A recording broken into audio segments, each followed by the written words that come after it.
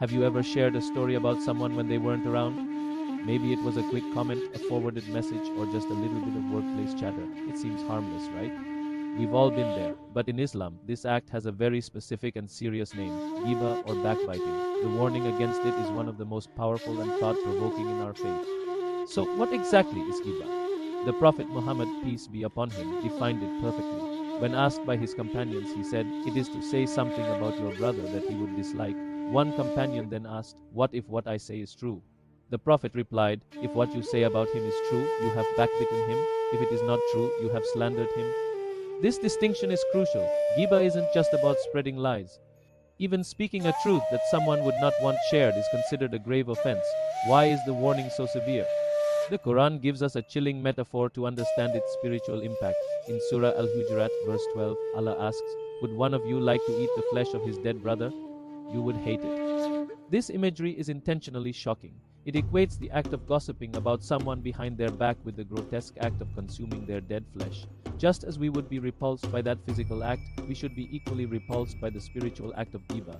It highlights how gossip devours a person's honor and dignity. When they are absent and defenseless, just like a dead body. Think about the real-world consequences. Gossip tears apart friendships, creates suspicion within families, and poisons the atmosphere of a community. It chips away at trust, replacing it with resentment and hurt. It turns hearts against one another and destroys the unity that is so cherished in Islam. The person who gossips not only harms the reputation of another, but also damages their own soul. Engaging in Gheebah is like carrying a spiritual sickness. It darkens the heart and distances us from Allah's mercy. Every word we speak is recorded, and we will be held accountable for the harm we cause with our tongues. So how do we protect ourselves?